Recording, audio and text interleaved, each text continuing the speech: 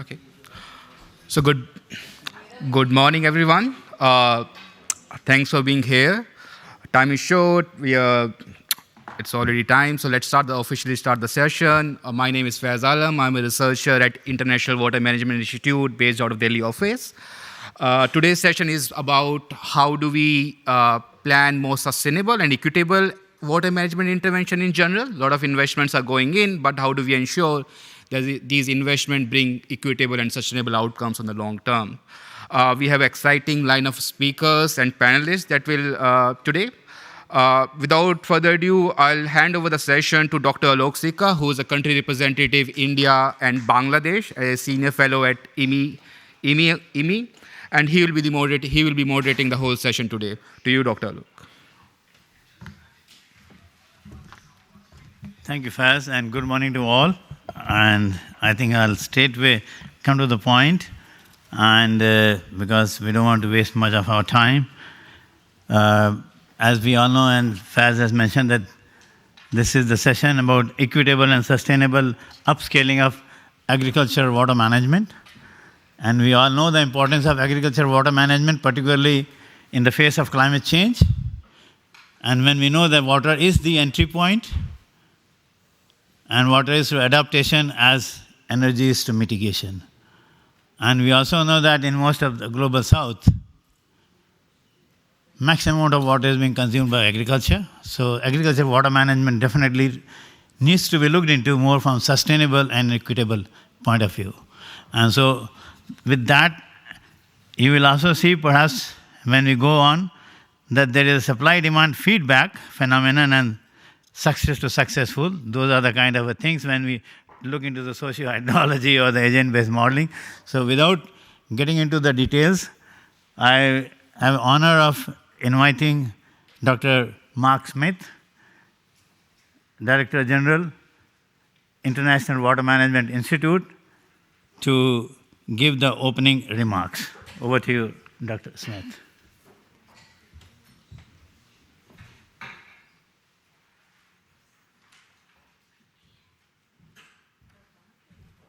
Thank you, Alok. Thank you, Faiz. Who selected this picture? Okay. Terrible picture. Terrible picture. Not me. Okay.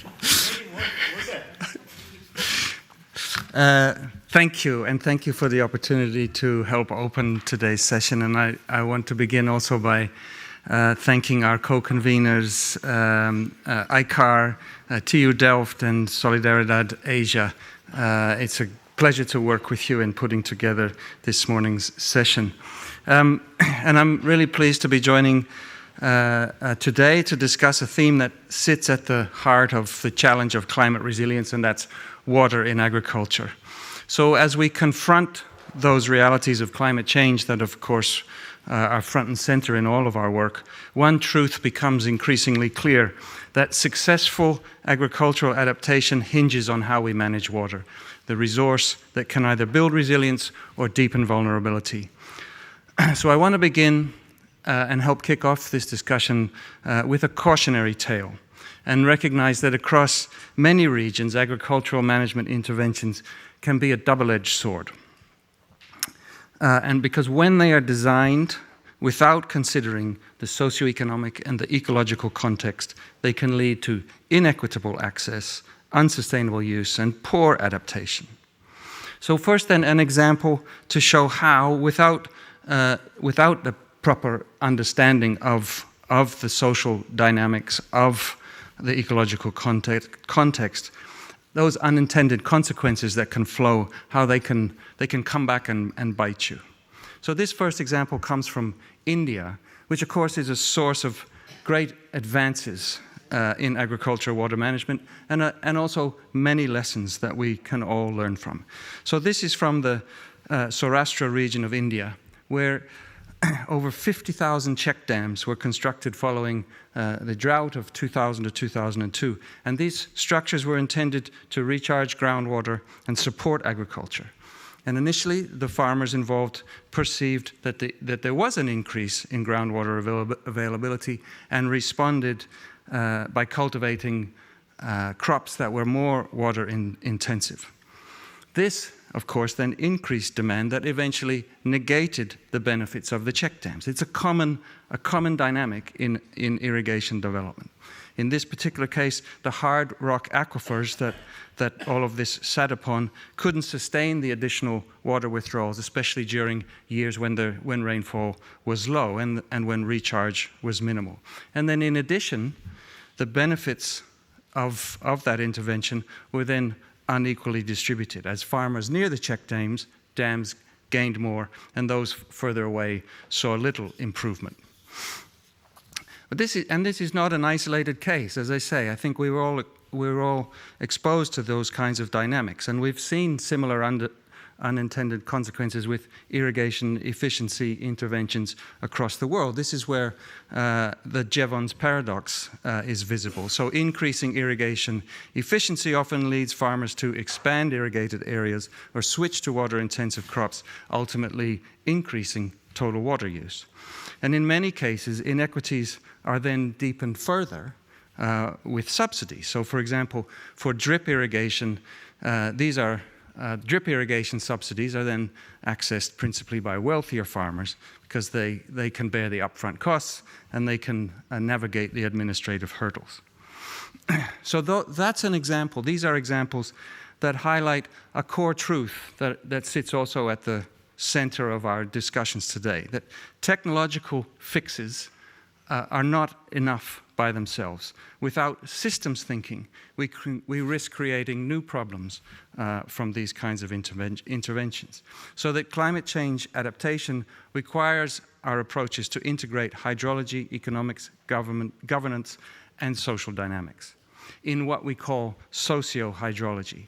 And the key here is that this lens of socio-hydrology helps us anticipate those unintended consequences that I just illustrated, and design solutions that are both climate resilient and socially inclusive. That's the core of the problem that we need, or the core of the solutions that we need to bring forward. I said a double-edged sword. So let's look at the other side of the sword. So here I move to Nepal. So here we have some powerful examples of how this shift in how we understand local dynamics helps make agricultural water management efforts ultimately more successful. So this first example, so at IMI we supported a project introducing lift irrigation in one example in Nepal. The goal here was to address seasonal variability in river flows that made irrigation unreliable for the farmers, and tail-end farmers in particular often received insufficient water, leading to persistent conflicts in the community. And then the measures with regulation and trying to allocate water tended to be ad hoc, making those inequities worse. So a set of interventions were then designed with community input and a clear understanding of building a clear understanding of those local water dynamics. We were able to help reduce conflicts and improve water access for everyone. A second example from Nepal is for the Babai irrigation project. In this initiative is pioneering a smarter, more inclusive approach to managing agricultural water, supported by the use of real-time data collection and soil moisture sensors, allowing irrigation managers to then allocate water more precisely and farmers to optimize their irrigation scheduling. So by combining then data with policy, with people and their needs and the way that they interact together in their community and in managing their irrigation schemes, Babai is tackling that twin challenge of reliability as well as fairness, so that farmers at the tail end are no longer left behind and water is being used at the same time more productively. So a win-win in that respect. So what does this mean, and those kinds of lessons, what do they mean for policy and practice? First, they tell us it's important to move beyond technical fixes and be responsive to local needs. Second, that we need to, these kinds of interventions, they need to be reinforced by investment in data systems that empower both managers and farmers. Third, we have to ensure that the interventions are designed with equity in mind so that benefits are shared fairly and not concentrated just among the few. And here is where there's a very interesting innovation that can help us tackle this interplay of technology, governance, and fairness. And in the field of sociohydrology, they're working on developing tools using what are known as agent-based models. And these are proving very valuable in tackling the kinds of challenges that I've highlighted and that we'll be highlighting today in the session. These are models that integrate hydrology with social sciences within one framework to capture the dynamic feedbacks between human behavior and water systems. So that by embedding empirically grounded behavioral rules from social science, that we learn from social science, and how those reflect real-world farmer decision-making and into hydrological models and the way that the dynamics are shaped in hydrological models, that helps us to anticipate outcomes and test strategies before implementation so that we're able to learn the lessons of unintended consequences before they happen rather than after they happen. And therefore increase the chances of success with these kinds of interventions and these kinds of investments. So these are lessons and innovations that are key to the challenge of equitable and sustainable agricultural water management and to climate adaptation in agriculture. And I'm looking forward through the course of today's session to learning more about how all of this is helping us tackle the challenges that we see in the future. So thank you.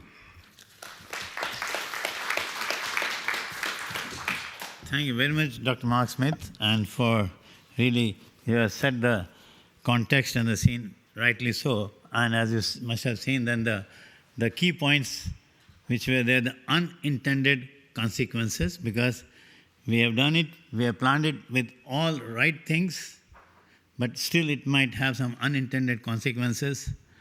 And also integrating sociology with the hydrology, or the social science with the hydrological modeling, and agent-based modeling. So thank you very much, Mark, for that. And now we have two presentations. After that, that will be followed by 4 panelists. And then we will have a final concluding remarks from none other than my good friend and Additional Secretary, Government of India, Ministry of Water Resources, what we call Jal Shakti. And also she is the Director General, National Water Mission. So one of the most important person in the water ministry. And so with this now, I invite Prashant, who is going to be the first speaker. And Prashant will be joining online. Prashant, you are there? Can you check someone? Yes. All right. Hi. Okay. So Prashant, please go ahead. And Prashant is head of the Water and Agriculture Program from Solidaridad, Asia. And he'll be talking about something that they are doing really very interesting. So over to you. And please be mindful of the time. Thank you. Yes, I know. Thanks a lot. And thank you, everybody, for joining this important session. And particularly, I think the title, and I'll focus on 2 aspects. One is the equitable part and how it becomes more crucial when we look into agriculture around the world, and particularly from the Asian context, we work with smallholder farmers, and water becomes such an important component, and not from the point of view its availability, but also looking into what is already available and what justice we are doing to the available water, and that brings to me to the green water. So my title kind of is a kind of a journey when I say that soil moisture to streams is actually the green blue water pathway, and I purposefully chose this differentiation of the water between green and blue because the concept is to look into how we are managing water in soils and not just reserves and rivers and reservoirs. So and can transform, and because this green water, when we look, can transform agriculture, protect ecosystem, and build resilience. So I am going to look into the larger concept and would like kind of urge that how we can shape our policy and focus and our approaches towards this. We know that, can you please go to the next slide? Uh, we know that the scarcity we are facing in this century, and with both population growth and the climate change is putting enormous strain on our freshwater resources. And as we look that, and what makes it worse is that supply is becoming more and more unpredictable because of both the kind of weather phenomena we are facing, and also the growing urbanization, and more water is required to feed the cities, and the sources are same. And and traditionally water management has been focused on, by and large, on blue water focus, where invariably the policy, the programs focusing on harvesting through conserving lakes, rivers, aquifers, and which is very important without discounting that. But while largely the focus was there, that there's a general ignorance happen around green water, which is the rainwater stored in the soil. And yet it's a hidden resource, play a critical role in agriculture and ecosystem, but remain ignored from various point of view, and largely confined to agricultural practices only. So next slide, please. So I think it's important to understand the green water cycle, and from Solidarity's perspective, we work extensively with the smallholder farmers across multiple countries in Asia. So the green water cycle, what it's in reality is very simple. The rainfall infiltrates the soil. Part of it is stored in a root zone. Plant then absorb this water, turning into a biomass. And this process is not just about the crop protection, as we like to emphasize that it underpins the ecosystem function this is doing for the soil health, for the biodiversity, and for overall ecosystem resilience. In other words, green water is invisible engine for both farming and the nature. Next, please. And thus, therefore, it matters a lot.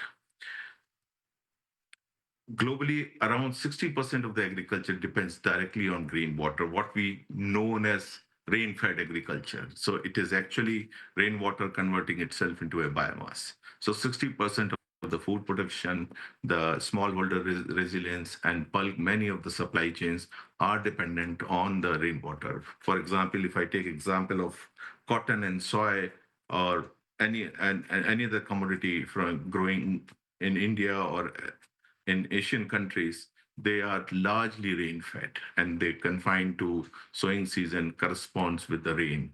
And any differentiation has disturbance on the smallholder farming system. So, and they are all relying on primarily on soil stored water. If you manage green water well, we reduce pressure on blue water. And that's where I would like to again re-emphasize that the management around green water is so critical for the conservation of blue water. And by protecting, and it will always have impact. The optimization of the green water will lead to lesser exploitation of blue water, which is the already stored water, and it will also help protecting soil health and building the resilient system. Next slide, please.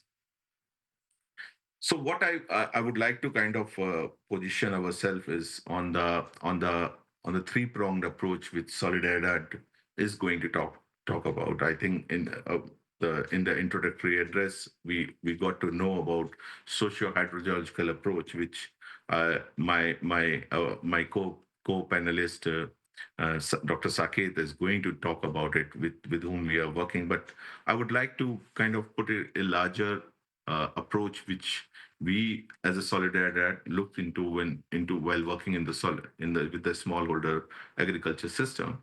One is the regenerative agriculture, and that's been how we see is that that regenerative agriculture focusing on soil health. And if we look into the principles of regenerative agriculture, it brings the green water conservation within the soil system. The second is the behavioral change and integrating behavior and decision making together. Dr. Saket will be a right person to talk about. We are collaborating with the TU Delft on a program which is supported by Dutch government, which is working on developing a science-based socio-hydrological tool, which is which will aid the farmer to take the right decision and call, and that is he's going to cover later on. And the third is, as we see that the growing age of digital, we have less and less people working on farm. The younger generation is not available. We are seeing more and more automation is happening, and more machine-based systems are coming. I think one of the critical role the IoT Internet of Things can play is taking integrating multiple aspect into a decision making system and deliver it to farmer in a very hyper local manner, so that the farmer, he and she, can take a right decision for its farm. Let me unpack this. Next slide, please. Unpack the whole system. Regenerative, as I say, that it's becoming more and more buzzword. Many of the corporates, the supply chain is adopting regenerative agriculture-based sourcing. And if you look into most of the multinational agriculture-based supply chain, they are kind of focusing, because these are based on agroecological principles, and it has a direct connectivity with the soil health, because the soil healthy soil stored better water, conserve water, and reduces pressure on blue water, but it also helps in sequestering carbon. So it's a proven pathway. It improves soil health, reduces erosion, enhances biodiversity, and importantly, it also locks carbon in the soil. So there, it also brings an opportunity by adopting certain framework to bring carbon credits and its benefit to the farmer. So that's an opportunity area, and I think that's where the policy has to kind of look into it. But that's and that is why our three-pronged approach. The first is the mainstay. The regenerative principle is the mainstay for all of our approaches. And for farmer, it opens market access, because through frameworks like Regen Agri, which is part of, which is a certification-based system, it helps market to recognize the practices on regenerative on the ground, but it also helps metricizing the those practices into numbers, and which helps market to kind of get quantifiable numbers of the impacts, and in return they can also bring in the reward system through these certifications. In short, better soil means better water use, better crops, better income. So that's where we wanted to kind of put across. Next slide, please. The second part, which I explained, is the behavioral, which again I'll kind of uh, mention it in a broader sense, that the change does not come through just practice it; it comes through people, and that's why we conduct behavioral and socioeconomic assessment alongside the hydro and the socio-hydrological principles will help understand and make farmer understand, make decisions about its water usage, its crop decision, its input decisions, and this will help design better intervention that are practical and culturally appropriate and sustainable in longer run. So that's where the key aspect of integrating socio-hydrological tools in managing the green water, because the right kind of production processes adopted on the farm will help efficient usage of both water, and making farmer decide in terms of what crops it can produce based on multiple aspect, which is comes through this tool. The third, next So, please. Prashant, you have another two Yeah. minutes to go. Yeah, I'll just quickly finish. Thank you, Dr. Saab. The third is the IoT-driven farming insight. I think technology plays key role, as I mentioned, with IoT sensors in the field, and we can monitor soil moisture, transmit data wirelessly, analyze crop needs in real time, personalize advisory message, and then deliver directly to farm through apps. I think these are becoming more and more important. We are currently with the partnership of Vodafone, we have been able to reach to 900,000 farmers through different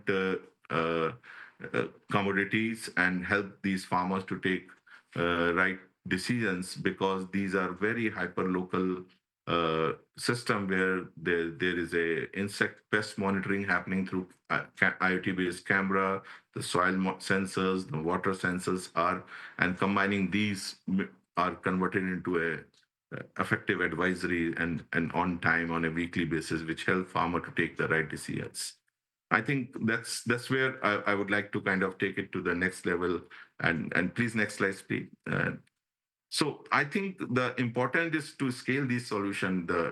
We are doing a program, but we need a paradigm shift guided by few of the drivers which I mentioned here. That fairness to ensuring equitable water allocation between rain-fed and irrigated farming.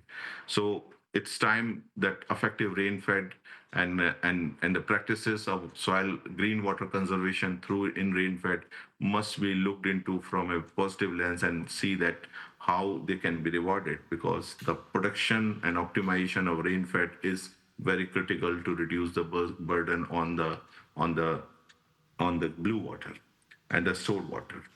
And I think valuing green water becomes very critical. And that's where it's a smallholder based system, the collective action, because of it's a shared resources, it becomes very important. So how we can bring the benefit sharing mechanism in a way that those who are dependent on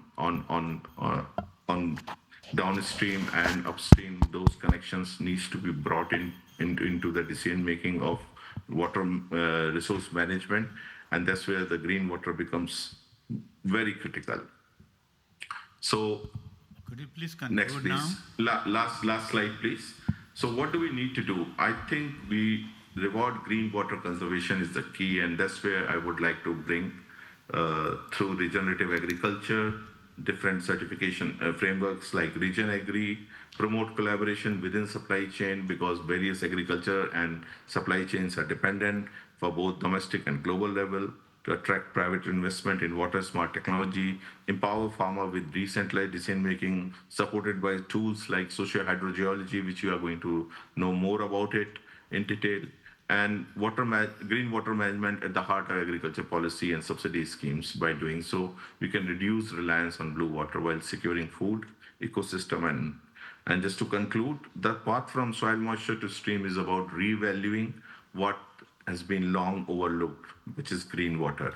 By combining regenerative practices, behavioral change, and digital tool, we can build resilient farming system that use water wisely. This isn't just about agriculture, it is about ensuring fairness, resilience, and sustainability for generation to come. Thank you very much for your time and patient hearing. All right, thank you very much, Prashant. Let's give him a big hand, and of course, bringing on the forefront the green water, and which really matters. And of course, you said 60%. I would say even it's more, because even irrigated area uses equally same amount of green water. So let's give him a big hand again. And now next is my colleague from IMI, Dr. Faiz Alam, and who will be talking about the socio-hydrology and something which Dr. Mark Smith was mentioning in the beginning. Thank you very much. So please. 12 minutes. I'm the organizers, maybe I can take 15. But yeah, they didn't tell you that you need shades to present here. But hi, as I said, I'm Faiz. I work as a researcher at IMI. And thanks, Prashant, for the presentation. Really good. So I'll try to focus more on the socio-hydrological part here. And maybe what Prashant presented is also what's the end goal, that it ends up being used in field. This is a topic that is close to my heart.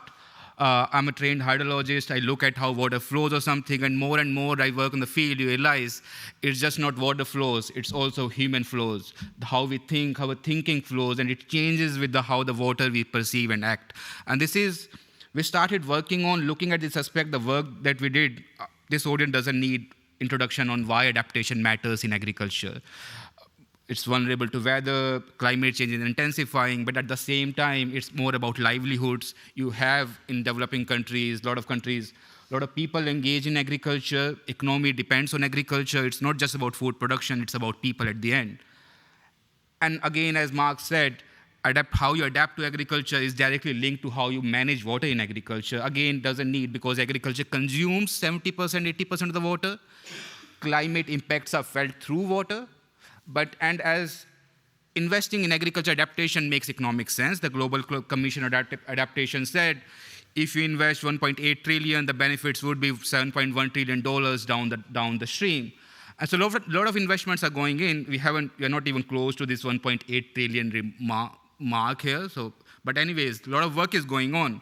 And what we need to consider is that while we do this work, we do not end up creating negative externalities. For example, the review we did, we listed out many that you can have hydrological changes. This is something that I was trained on, is that you alter water flows, you have downstream, upstream impacts, you have reduction in the groundwater recharge, reduction in base flows. We all know about it. A lot of documented studies are out there. But at the same time, how farmers respond to these interventions in the opening remarks, do they see these interventions as water-saving interventions, or they see these interventions as expanding my area intervention? It's not that they're doing something wrong, it's something how we think we maximize benefits. So objective differs for different people, and it's different for farmers. But ultimately, what we wanted to have some sustainable outcomes, you end up having drying of downstream reservoirs, groundwater overexploitation, etc. But at the same time, as Mark said, inequitable profit distribution. And it would have been nice if this was a linear pathway, but what happens is that it's not a linear pathway, it's all interconnected. And the part that I want to focus on is how this hydrological and social cycle interacts. How when we do a particular intervention, it changes how the water flows. And that change in water flows impact how the society, how the farmers act, behave. That gives feedback back to this hydrological cycle. And this feedback is something that leads to emergent phenomena, something that we can't expect, maybe something we can't plan if we think linearly. Some examples are, for example, supply-demand feedback, Jevons paradox, lock-in effect, reservoir effect. And a lot of research is coming out there, a lot of research is being documented around these aspects. So I'll give a couple of examples. The supply-demand feedback, what it says is that when more water becomes available through intervention, through dam, through irrigation infrastructure, groundwater, what it leads to is increase in demand. This is a paper that was done by D. Baltasare, who looked at 3 examples from 3 cities, and it goes decade back. And what you see is that demand rising, these black dots, and this new infrastructure keeps on coming up to meet the demand. But this is not something that happens in big cities or big areas or with dams. It happens with small interventions. And this is the case that we have studied for the last 3-4 years, Saurashtra, India. India is doing tremendous work in terms of when it comes to investing in water harvesting, a lot of emphasis, but at the same time, a lot of emphasis on demand management. But many times, they may not be done in the same area or something. So what we studied was the case of Saurashtra, where there was a drought. And drought, basically, when the crisis comes, it calls for action. Action was done. A lot of check dams got built in the area. Check dams are small structured streams. They trap water, recharge. So what happens is that over the next 20, 30 years, what we saw is that farmers perceive that water has increased, water availability has become more. So that's the positive impact of the intervention. That is what we intended to do. But at the same time, how they responded was they intensified the cotton area, the wheat area. That brings them more money. Again, that's a good thing. But what eventually happened was that if you do the water balance, the increase in supply from those check dams became lesser than the increase in demand because of increase in crop area. And that's what that leads to. What it leads to is that you have groundwater storage that was supposed to increase to manage the drought here, doesn't realize. At the same time, because you have more water-intensive crops, if a drought comes, the area becomes more vulnerable to drought. Another thing we notice in the area is that who benefits? Farmers who are nearby, farmers who had more wells, generally well-off farmers. And then ultimately, cycle of investment, we again have this supply-demand deficit that warrants more investment to be done in the supply side, more investment to be done on the demand side. So it's a cycle that repeats until unless we come in somewhere and stop it, try to nudge the behavior, nudge our intervention.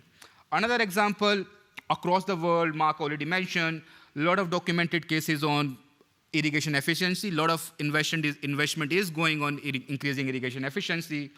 What it does, it increases efficiency, productivity, that are the objective of it. But at the same time, you have more water if you use it more efficiently. And then the question is, what do you want to do with that water? If the idea was to save it, but generally the farmer's response is intensification of cultivation, expansion of irrigated area, you can't blame them. This is the objective. We want to increase farmers' income.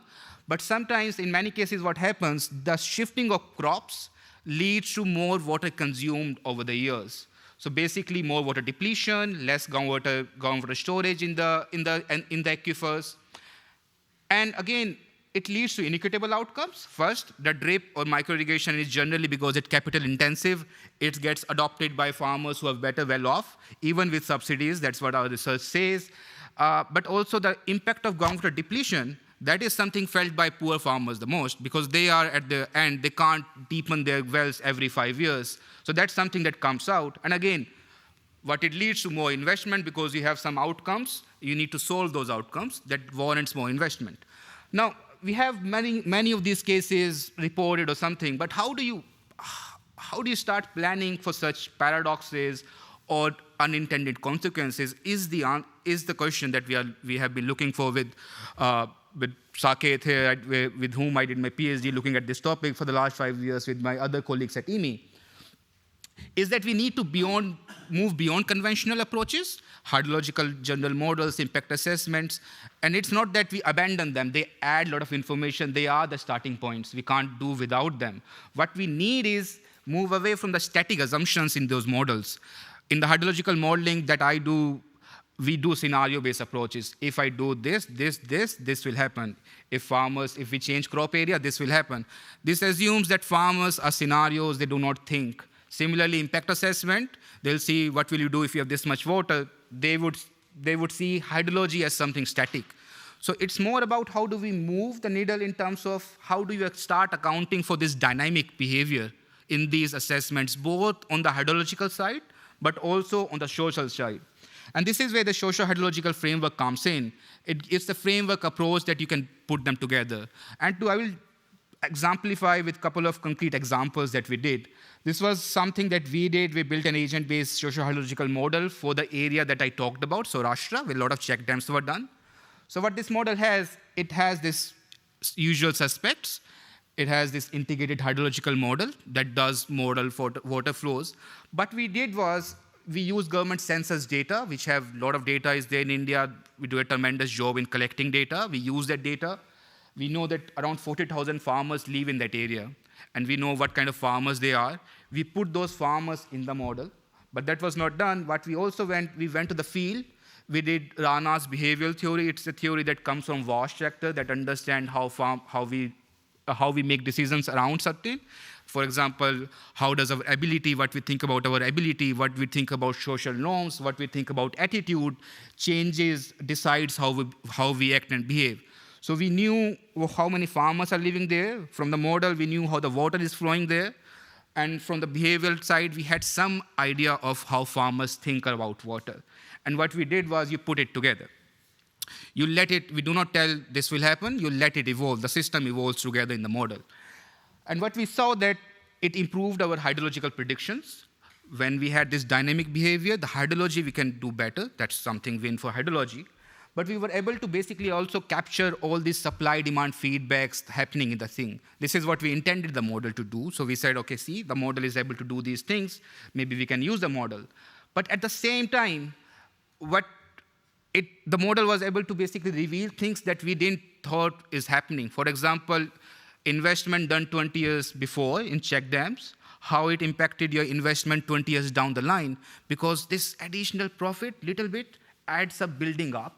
And this money impacts what kind of investment you do. This change in cropping area, change in cropping demand, makes farmer down the line invest in bore wells because they want to maintain their cropping pattern if a drought comes. So these are something that these models ends up revealing things. So this is one example which is very context-specific, data-intensive. We went around, but you can build these models. I'll give another example. These are global. You can also use the framework for building some global framework, global models. This is work done by colleagues, Ilyas et al., not mine, but this is a very interesting paper I find. They looked at Jevons paradox from the behavioral point of rent-seeking behavior. Spare water, if you have water left after using more efficient irrigation, the farmers see it as a lost opportunity if you do not use it. And if you put it together in the hydrological way, like how much water is available, what kind of aquifers are there, which we do a lot in hydrology, you can start seeing how this paradox will play out in different conditions. For example, what the plot shows is that you may see for some time, this benefit, the water use is reducing.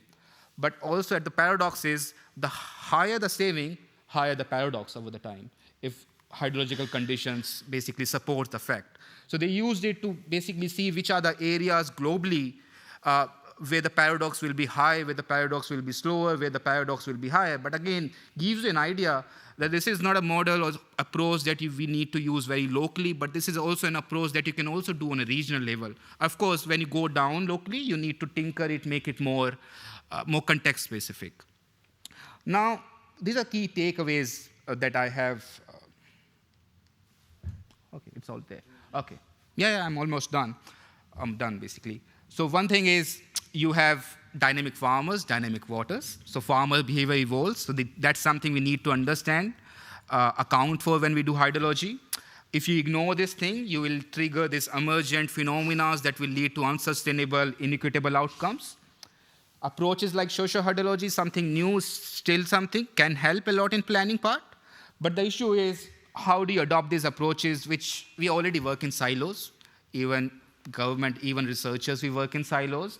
Some of the time, these models are less predictive, have less predictive power, because you can't just model human behavior like you can model hydrology as something. It's difficult to do. So what the results that come out is more about trajectories. This may happen. So how do you push it? How do you explain it better? So that's one idea. And then this is the one last question I want to leave for the panelists that will come after me to basically answer how we can take some of those approaches forward when it comes to research, when it comes to policy making, when it comes to private sector investment, is that how are we accounting for these dynamics, feedback, etc. So with this, I'll end. And if you have any questions, these are geolocations or something in terms of email. So just drop us an email. And thank you. So you go into the Menti meeting? Yeah, because Alok said he can't do that Menti something, so I'll take the lead. Yes. No, so I'll ask Tanmoy, if he's online, if he can share the screen. Before we go to the panelists and also have some more idea about what the audience think or something, we had some few questions on the Mentimeter, if you can. First, let everybody get onto the Menti. Yeah. Okay. So it's more about, we talked about this externalities or something. I just wanted to get an idea, because all of us are working, is that how many of you have experienced or observed negative externalities in the work that you are doing or in the region you come from?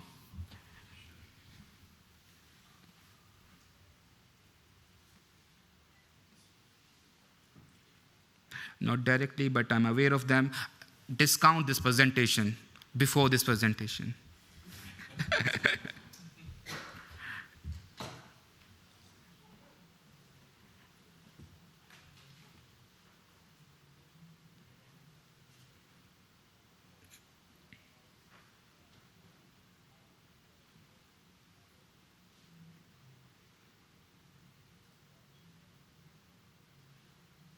Okay, I think we get a general sense. No one says no.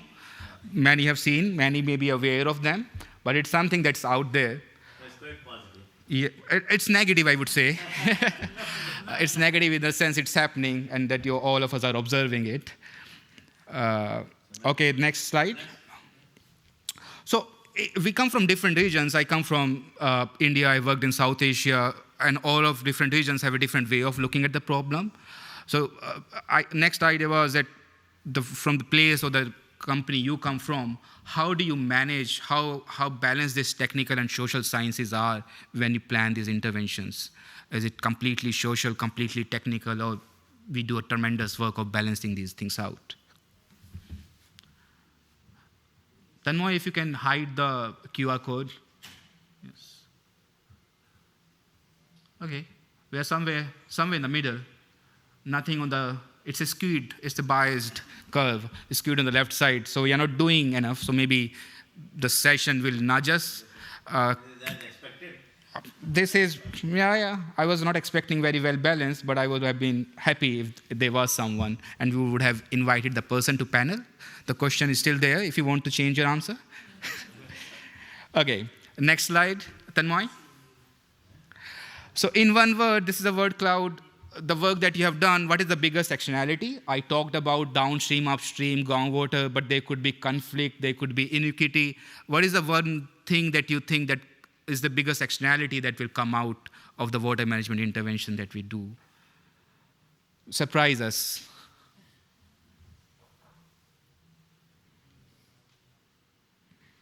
Competition. One word.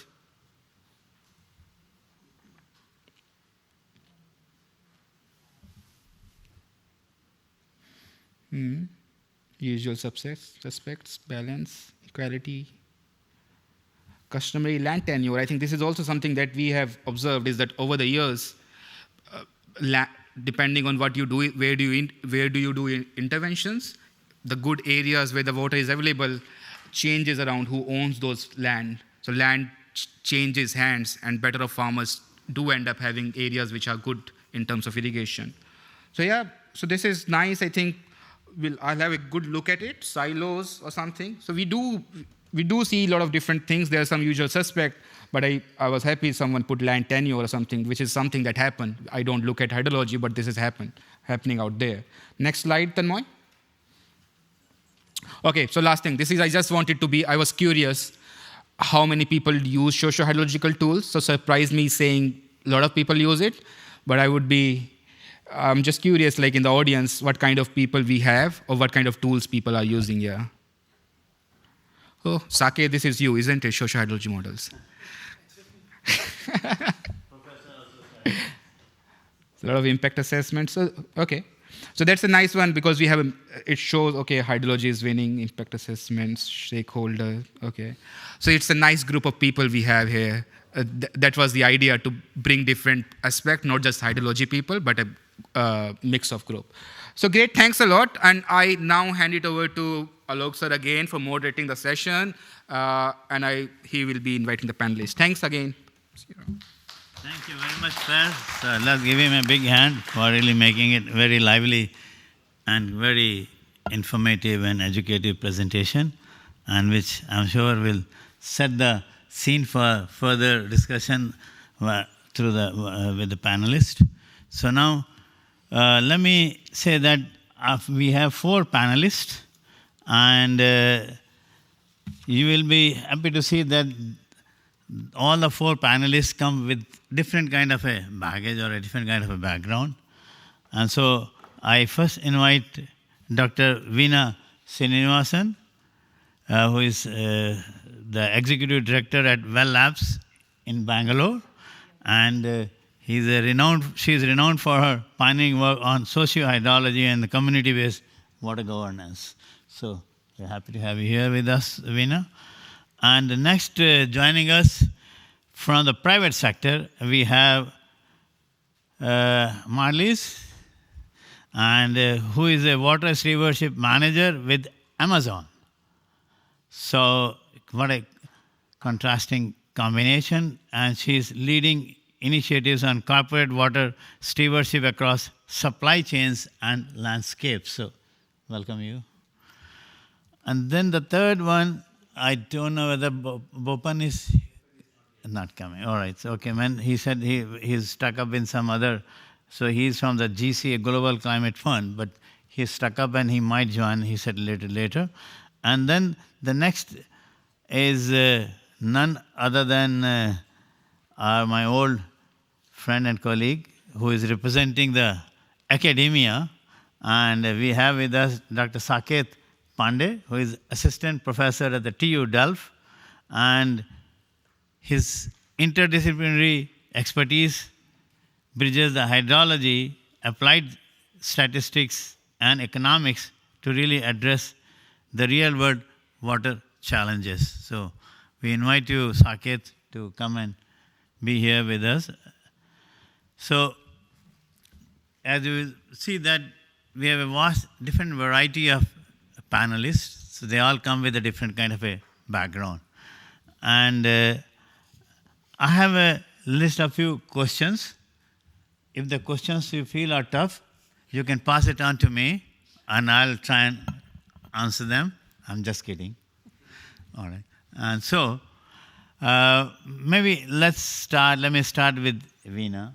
And so, as I said earlier, that she is the executive director of Water, Environment, Land and Livelihoods Lab, Well Labs. I said in the beginning, so I thought let me expand that. What that well means is not that well. And so, Veena, from your field research experience, which you have plenty of research experience in the field, how do social dynamics and power relations at the community level influence the uptake and equity outcomes of water management interventions, particularly when we are looking into ag water management interventions? So, over to you, please. Okay. Firstly, thanks for that. And well is also well, so I'm happy to. It's also well-being, so because it's a socio-hydrology session. I think that both Mark and Faiz kind of covered sort of the typologies of socio-hydrology very, very well. I mean, at least some of the big phenomena that we see, whether it's the irrigation efficiency paradox, whether it's the reservoir effect where you build reservoirs and it increases demand, whether it's demand hardening where you invest in efficiency improvements, but then it actually hardens the demand so you can't respond to drought, or the recharge pumping paradox, which both Mark and Faiz referred to, where you put a lot of check dams to improve recharge, but it increases. And we see all of these in the field, and I think we've already covered sort of the unintended consequences. One thing I think I just want to say as a side note, maybe we should stop. They are unintended consequences, but maybe we should call them predictable unintended consequences. Because I think with 20 years of work in the field of socio-hydrology, we've got these typologies, the language exists, they've been shown over and over again, and the amount of peer-reviewed work that we've done shows that we now know these things happen. So I think at this point, we should call them predictable. Yet, as the Mentimeter polls showed, although they are perfectly predictable in the design of large government programs, they are still not incorporated. So whether you look at programs that are intended to address groundwater in countries like India, but elsewhere, there's so much investment in the recharge side, but we know that just investing in recharge without the other side of the equation doesn't bring the groundwater back into balance. And again, we've well established it. So even though we know it academically, it's not been mainstreamed into our policy. I'll just give one example, since you asked for my own fieldwork example of where we are working in Raichur in North Karnataka right now, southern peninsular India. Again, well-established phenomenon, large dam has been built, canals have been built. Even though the dam is designed for what is called protective irrigation, that means everybody's supposed to grow low water intensive crops, use the water judiciously and so on. We see the standard, again, socio-hydrological effect of the farmers close to the head end of the dam using a lot of water and growing paddy, and then there's very little water that goes to the tail end. So it's a standard phenomenon that we see across India, right? I think one interesting piece there is that how does that process of farmers that were growing millet learn to grow water-intensive crops? So I think that's kind of it just doesn't happen automatically. There's an entire process of learning that's involved in people becoming that behavior change, which is being induced by socio-hydrology happening. And I wonder whether intervening in that process could actually prevent it from happening. And one last bit that I want to talk about is maybe the field of socio-hydrology itself is ripe for sort of a second stage of evolution. For 20 years, we've kind of looked at how farmers have behaved and how end users have behaved in response to various interventions. Where we've not looked at as much as a field is how do bureaucrats and government agents behave in response to certain types of intervention designs. And I think that would kind of then maybe lead to a whole set of new ideas and work that might inform us on some of these things of how do we actually fix it. Okay, I'll stop there. All right. Thank you very much, Vinay. I do agree with you, that's predictable, unintended, because even when we have been doing all these watershed management programs, the areas which are pulse growing, as soon as you give even 2 supplemental irrigation, they switch to wheat. So those are the kind of things. Maybe for that, as you said, maybe some other level of policy interventions are required. So, Marlies, I come to you now, and with your great water stewardship experience, how is Amazon approaching water stewardship within its operations and supply chains? Because Amazon has become, everybody knows what Amazon is.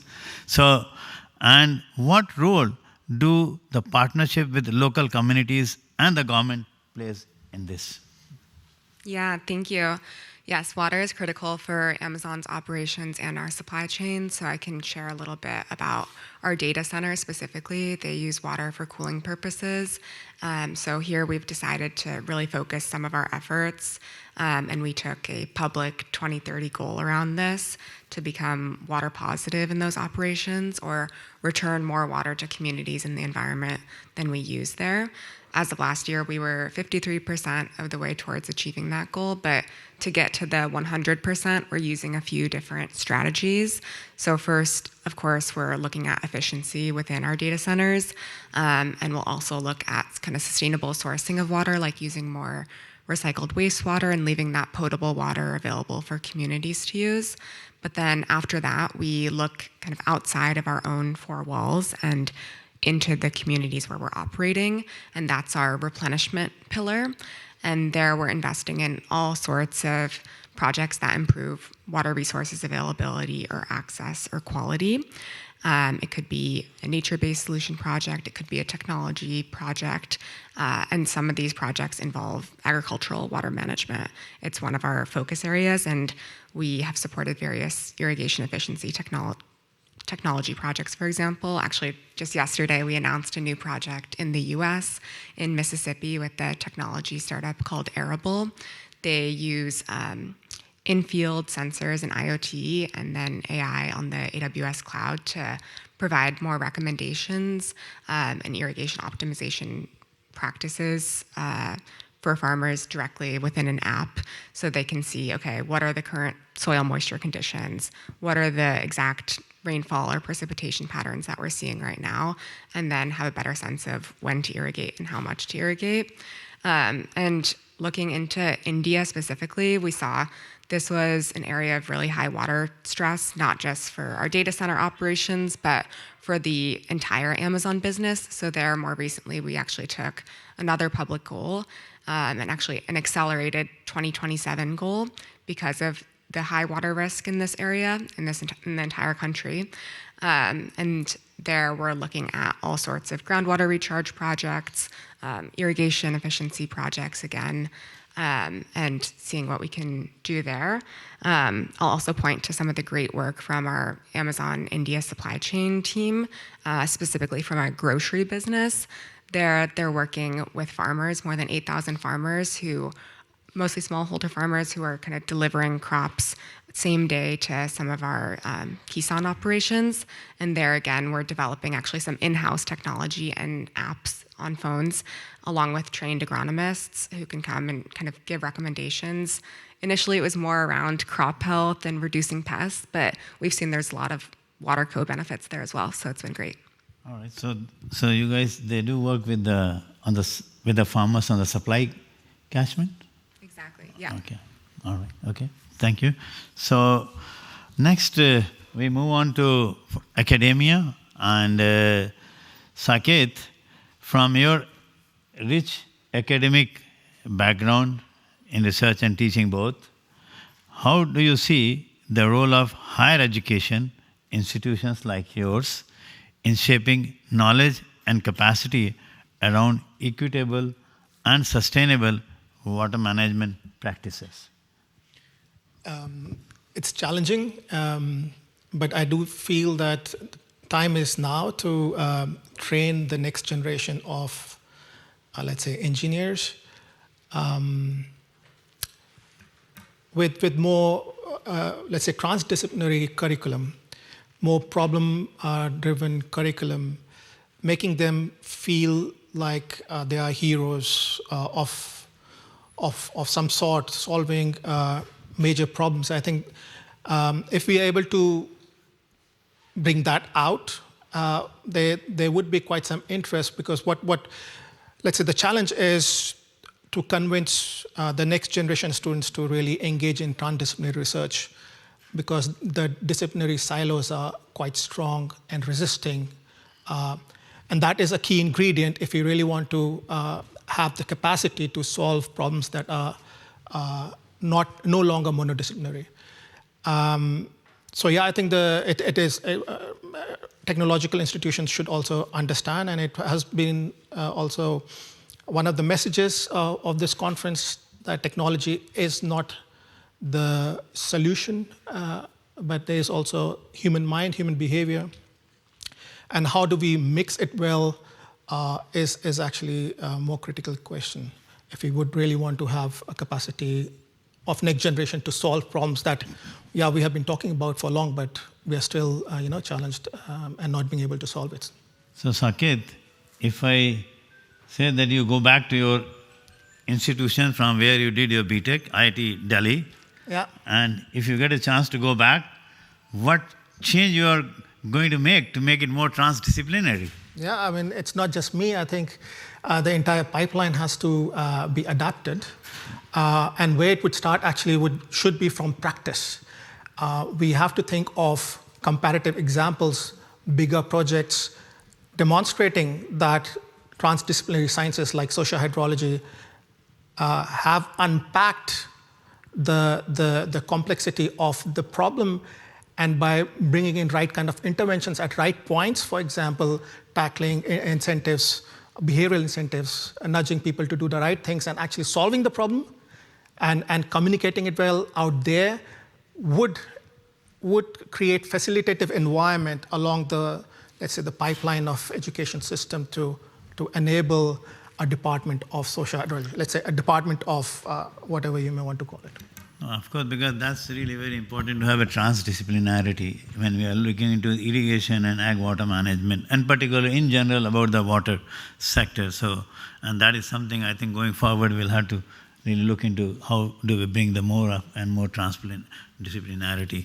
So, coming back to you, Veena, again, and in your work, how do you integrate tools like sociohydrology and the behavioral science frameworks to anticipate and mitigate this so-called now unintended social or environmental externalities of water management interventions, and thereby ensuring their sustainability and equity at the community level? We would be happy if you can share with one or two examples, if possible. I'm actually going to also answer the Saket question because it's an interesting one.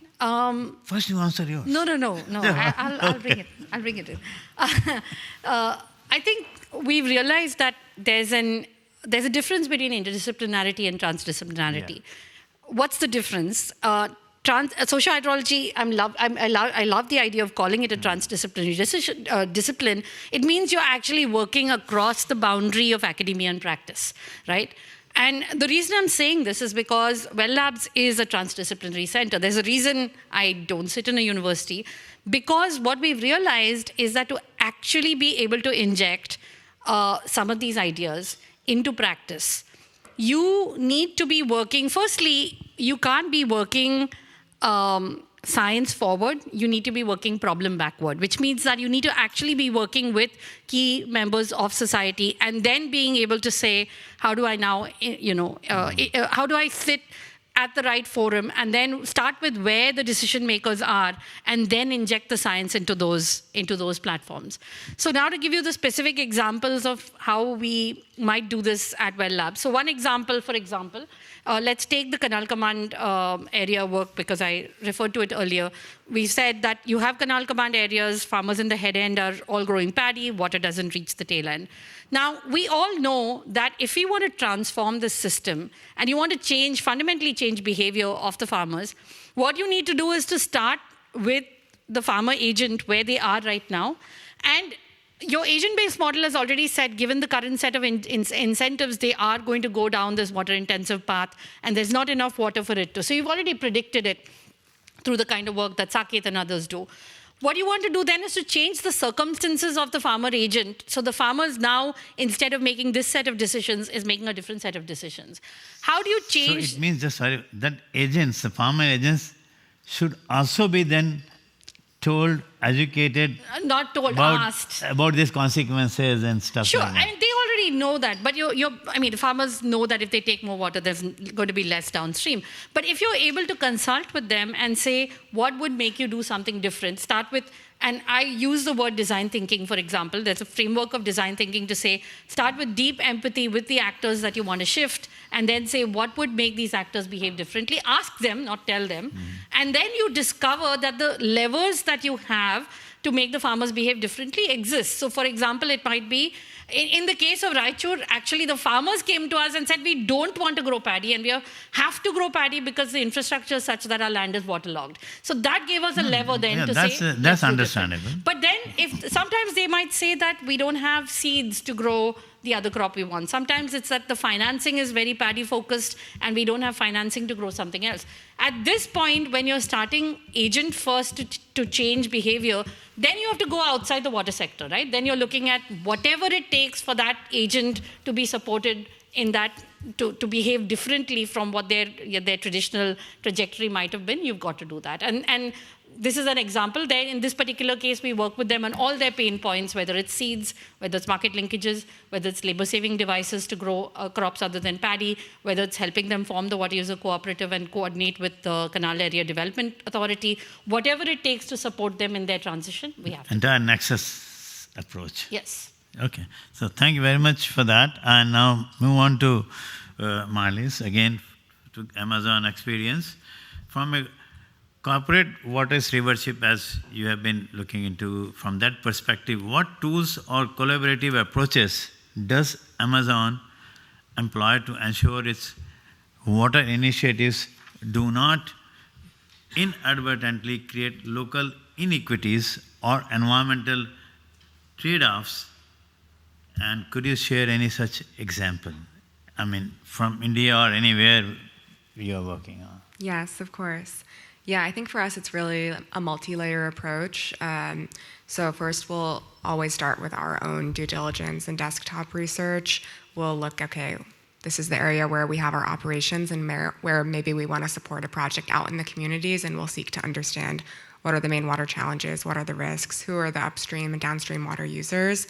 But from there, it's really about having those on-the-ground conversations with potential implementing partners like NGOs or startups or sometimes even water utilities. And they're the ones who have that really hyper-local perspective and can share, okay, are there any water dynamics at play? Are there any power imbalances that we could potentially seek to understand and mitigate any of those predictable unintended consequences?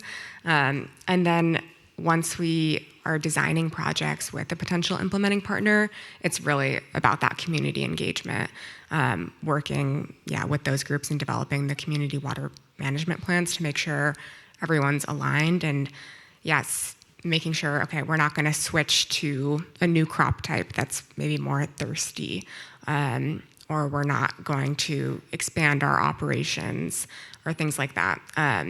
So we really work with the community on that and lean on the implementing partner because they're the ones who are on the ground.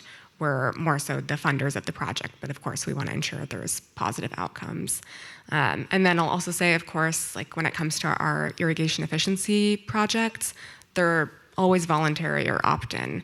We want to make sure that the farmers feel comfortable with this and that they're using their own sound business judgment, that they can agree to using less water.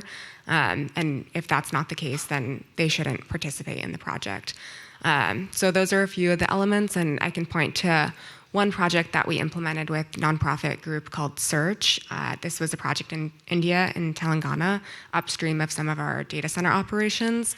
And there it was a project around kind of rehabilitating some water storage structures and developing some new farm ponds to increase climate resilience. So these structures can kind of capture some of the monsoon rains, help with infiltrating groundwater, and then just overall increase, the availability of water during those drier seasons.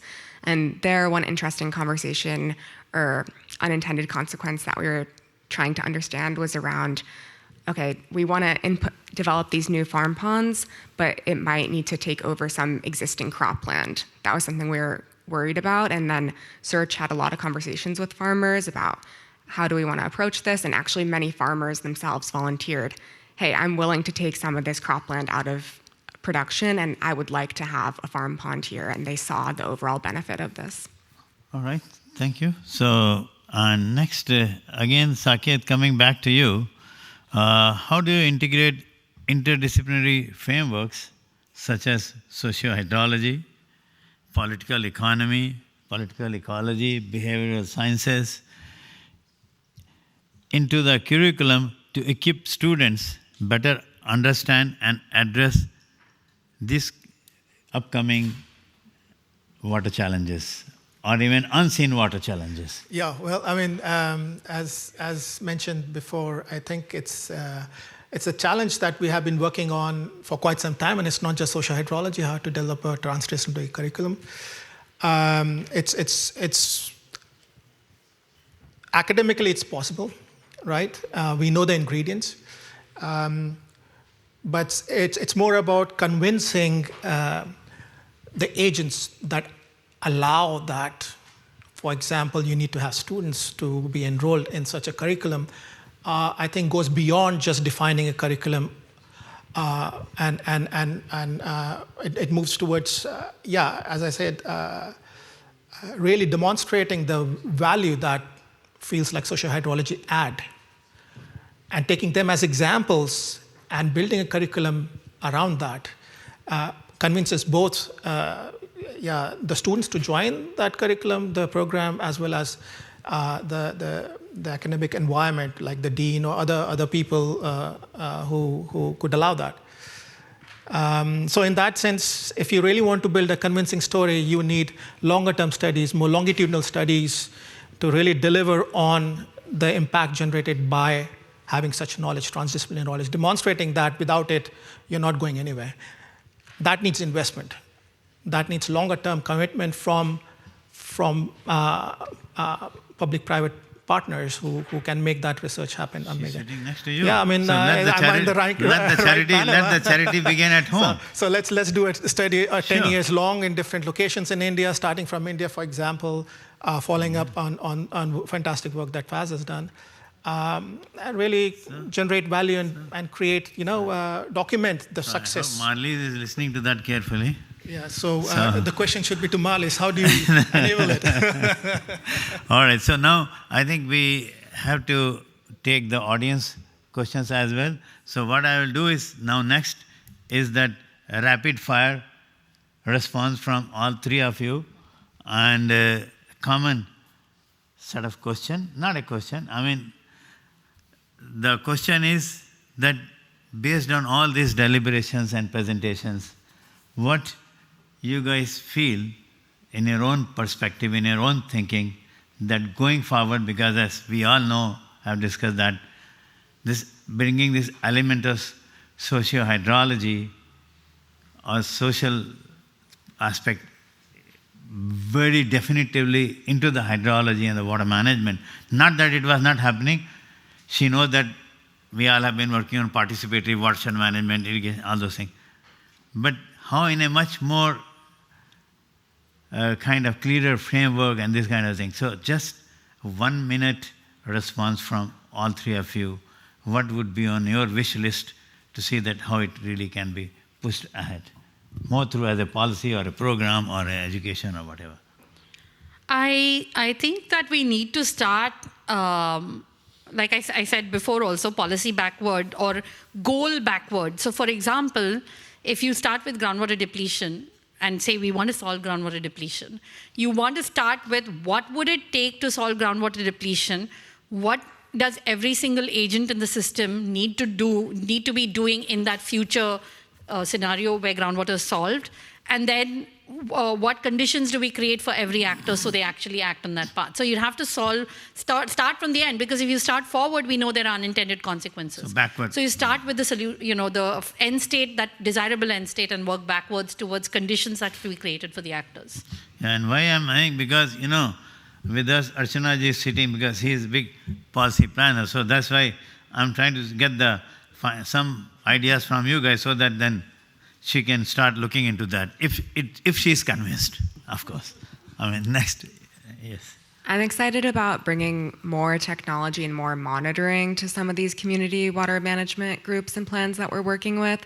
After we implement projects, I want to make sure that the benefits are really durable year over year, and that we empower the communities with monitoring technology, maybe even some remote sensing technology, but also some more IoT and sensors in field to tell them what's happening. And then if more water is being used year over year, there was some unintended consequence, then we can reverse course and implement new projects or new practices. Yeah, 1 minute. 1 minute. I'll do it in 30 seconds. I think we need large-scale comparative, as in multiple case studies, and longitudinal, longer-term studies that demonstrate the value of transdisciplinary research. And the second thing is, we only now, it's still at the frontier of understanding how people behave. Theories out there that can suggest people would behave like that if you give a nudge like that, but we still have not measured it. So it's still theoretical. So again, linked to large-scale comparative longitudinal studies that generate evidence or not of such theories working out. Understanding the last mile for me is human behavior. Yeah, that's very good, because evidence, we have to have evidence for that. So with this, you can stay on here, because we are going to have a audience questions. So maybe audience question is not only just for you, maybe also for two speakers. So I think now we have another few minutes to take the audience question, 5 minutes. So who starts? Nobody is raising the hand. Are you? Yeah, please. Just introduce your name and then listen. I'm Vishwadip. I work for an organization called Water for People, basically on water security issues. So I'm still trying to understand the unintended consequences. So, and the example that you gave of Saurashtra increasing the supply, that's also very common. Elsewhere as well, we've seen the watershed program leading to more borewells, leading to more cash crop, more suicides, and then coming back. So if you take a practical, and the solution you said, Veena, is that work backwards. So without using socio-hydrology or transdisciplinary, how will you break it down? What actually needs to be done by the agents, whether it is policy or farmers on the ground, to avoid these situations? Because that's where you ended, and that's the question still playing in my mind. What do you do? How do you break the vicious cycle? I don't have a definitive answer. I can only speculate, as Saket said, some of these behavioral changes. But let's give an example of groundwater depletion in India. We know that the big lever in groundwater depletion is free electricity. As long as farmers have free electricity, they're not seeing the true cost of pumping deeply, and therefore competitive pumping is going to remain. We've seen all of the effort that we've put into supply side interventions have a limit because of the reservoir, the recharge pumping effect that we talked about. So therefore, what is the only set of things that you can do? One thing is you can pay people not to pump. There's some limited evidence on that side saying create an opportunity cost. We've seen some good evidence, positive evidence from the Pani Bachao Paise Kamao scheme. We are trying to work with Government of Karnataka to try a different version of that in southern India. Other example is create an opportunity cost for water through what IWMI has tried with the PM Kusum and the incentives or buyback scheme from solar electrification. And the third possible thing is to try and do, if it's a very to give incentives or create supply chains for alternative crops. So I don't know how that would work, but work through the ag. But in some way, you've got to figure out, if you can't take away free electricity, and this is what is driving the farmer, how do you crave other incentives for the farmer? And these are the three that we've tried. Pay them in different ways, either through solar power, electricity buybacks, or directly through cash, or through some kind of an ag intervention. So that's what it'll come down to when we say work end state backwards instead of intervention forwards. So I think time is there only for one more question if anyone has. So it looks like everybody is fully satisfied. So I have, like what you are asking, you see, same thing has been there in the integrated watershed management programs.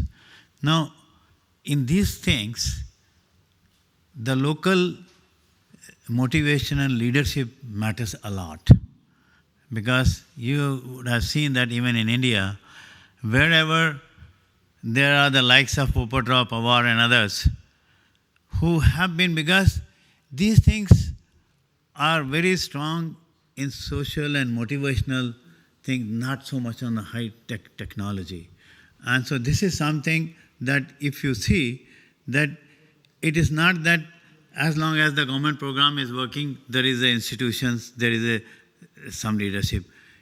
After the exit of the program, because in the government we have exit protocols, but the exit protocols, how much exit protocols are adhered to, that will again depend upon the local kind of a leadership. So the way my experience has been with all this PIM and PWM, and now, of course, the Atal Bhujal has recently started, that unless and until we have that at the local level, very dedicated thoughts, dedicated person and leadership, these things collapse after some time.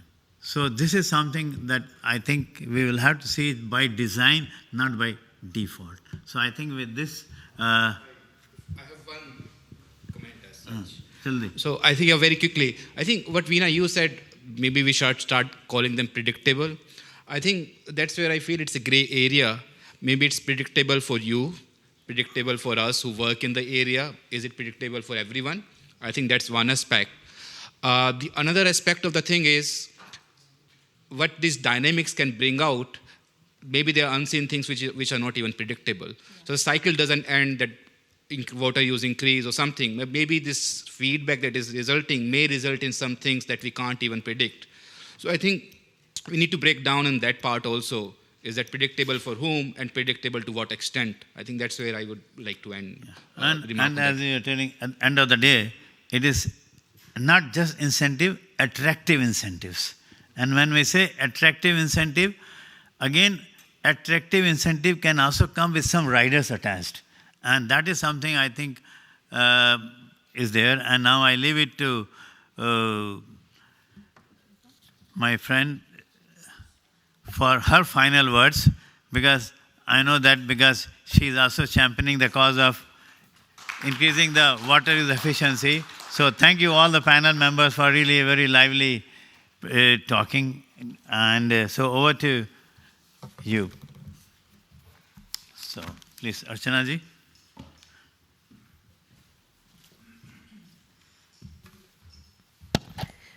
Thank you, Dr. Sekka, and thank you, IWMI, for inviting me to this very government-bashing session. I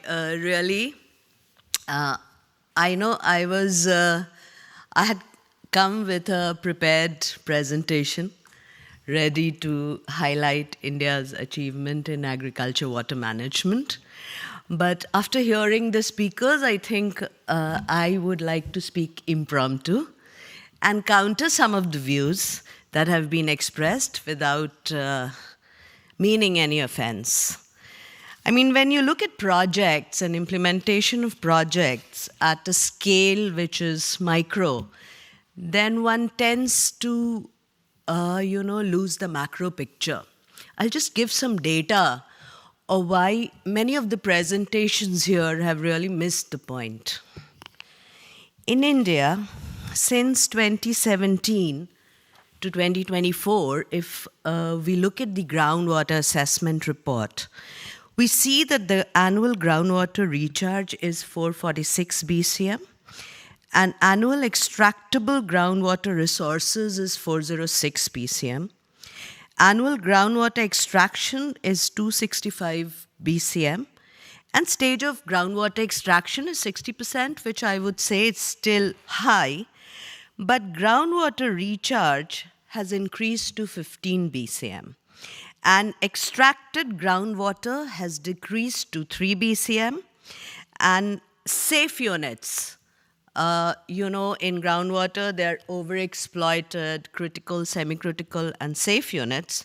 Safe units have increased from 62 to 73%. So evidence suggests that having an elite bias of socio-hydrology perspective and all these Javan's paradox that we are talking about suffers from an elite bias where, we are looking at it at farmers' perspective from the lens of a person who's academically more qualified and thinks that traditional wisdom and farmers suffer, they are not rational decision makers and they suffer from cognitive biases, Richard Thaler's nudge theory. And so with all our wisdom and knowledge behind us, we go and tell them to do this, and this, and miracles will happen, changes will happen. I'm sorry, it doesn't happen that way. My 30 years of experience in the administration has shown that people in the field have so much more knowledge than us. I think when we go, we should have these clutters and these, fancy language behind us and learn to interact with them as equals and not as messiahs of the farmers. So, the Jal Shakti Abhiyan, Catch the Rain campaign. Of course, I'm not denying that what has been said is not true. Of course, a lot of it is true, but that stems from policies too. What Veena said, I am very, very in agreement with that, that, if you have a MSP-driven paddy cultivation, however hard you may try to convince the farmers that don't go for the third stage of paddy or don't, increase your level of income, it would be very, very difficult because, they are rational beings and they would go where policy drives them. So yes, our results in the Jal Shakti Abhiyan Catch the Rain campaign, where the district magistrates are and the CEO Zilla Parishads are taking, leadership, is showing that not only are farmers increasing groundwater recharge, helping in the groundwater recharge. Since 27 to 2024, our groundwater recharge from tanks, ponds, and other water conservation structures, pan-India has increased to almost 12 billion cubic meter, which is not a mean task. And it is to the credit of the farmers and to the credit of our, people whose wisdom I felt that this conference is underestimating. And people are going in for millets, while at this, there are places, Maharashtra may be an example, Karnataka may be an example, but I give the example of Chhattisgarh, where people are going in for water recharge and they're going in for millets, for lentil, and for horticulture.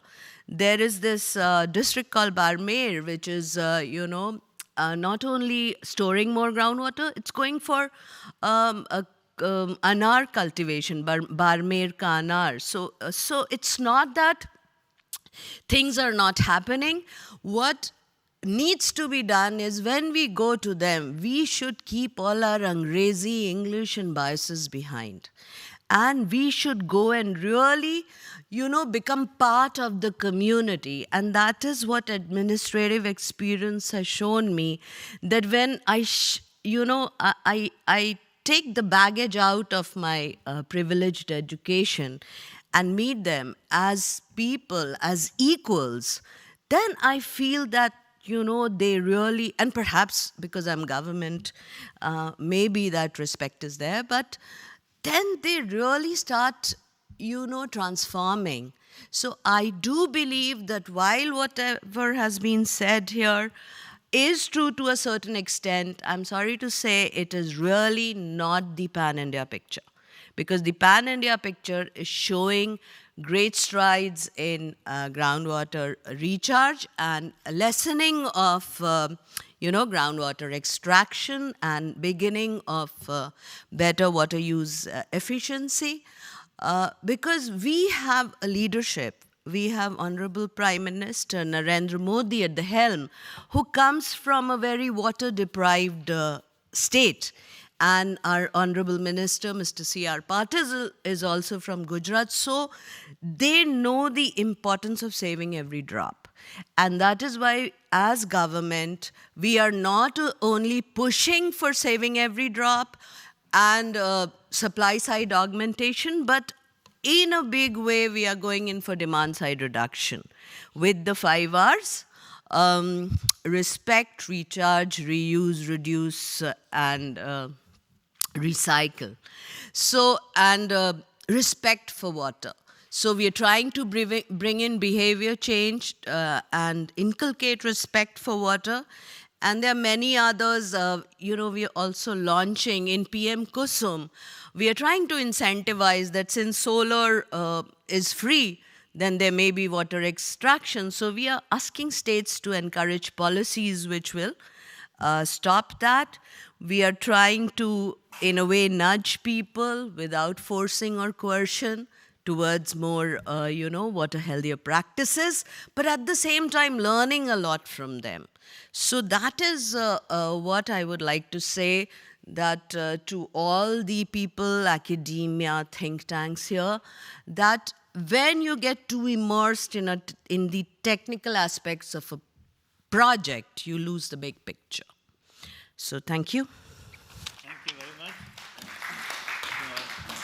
Archana ji. And of course, this has nothing to do with the bashing of any government project or anything. And we do understand that at the pan-India level, there is an increased recharge happening. But of course, there are patches and systems where things are other way around. So I think thank you all very much. I think we have already run out of time. So thank you.